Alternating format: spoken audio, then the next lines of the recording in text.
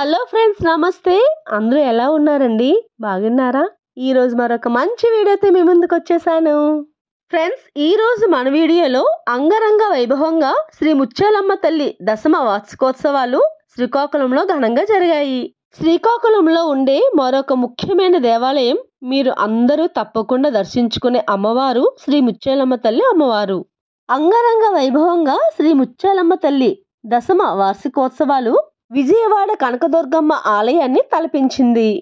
శ్రీ శ్రీ శ్రీ ముత్యాలమ్మ తల్లి ఆలయ కమిటీ సభ్యులు శ్రీ ముత్యాలమ్మ తల్లికి ముర్రాటలు. నగరంలో స్థానిక కాకి వీధిలో గల శ్రీ ముత్యాలమ్మ తల్లి 10వ వార్షికోత్సవం మంగళవారం ఘనంగా నిర్వహించారు. ఆలయ కమిటీ సభ్యులు మాట్లాడుతూ, అంగరంగ వైభవంగా దశమ వార్షికోత్సవ వేడుకలు ఆ తల్లి దగ్గరుండి జరిపించుకుందని, ఈ రోజు భక్తజన సమూహం చూస్తుంటే విజయవాడ కనకదుర్గమ్మ ఆలయాన్ని తలపించిందని తెలిపారు. మంగళవారం ఉదయం 5 గంటల నుండి 11 గంటల వరకు అమ్మవారు ప్రత్యేక అలంకరణలో నిజరూప దర్శనమిచ్చారని, మూల విరాట్కు పసుపు కుంకుమలతో ముర్రాటలు, పంచామృతాలతో క్షీరాభిషేకాలతో అభిషేకాలు జరిగాయన్నారు.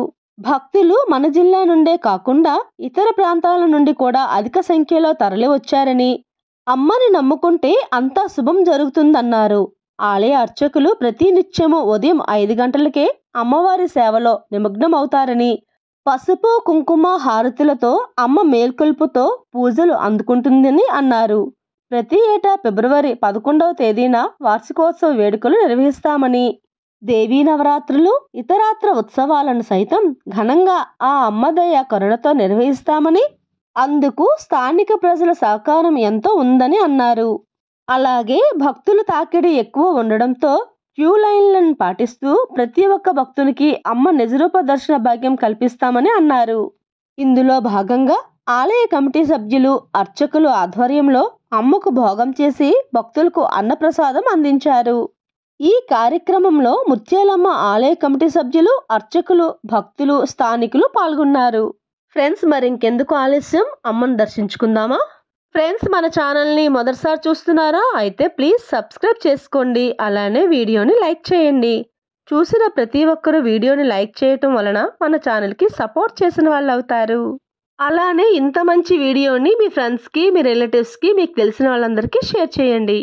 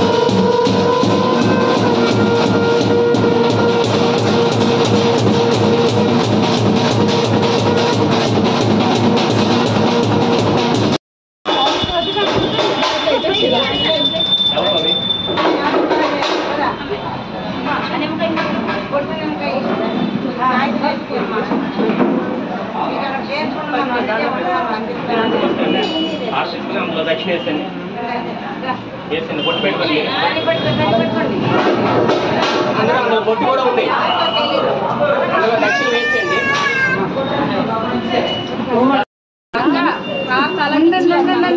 కంటి మీద బయటికి పట్టుకెళ్ళిపోండి అలాగే బయటికి వెళ్ళిపోండి పూజలో ప్రసాదాలు ఇచ్చిన మాత్రం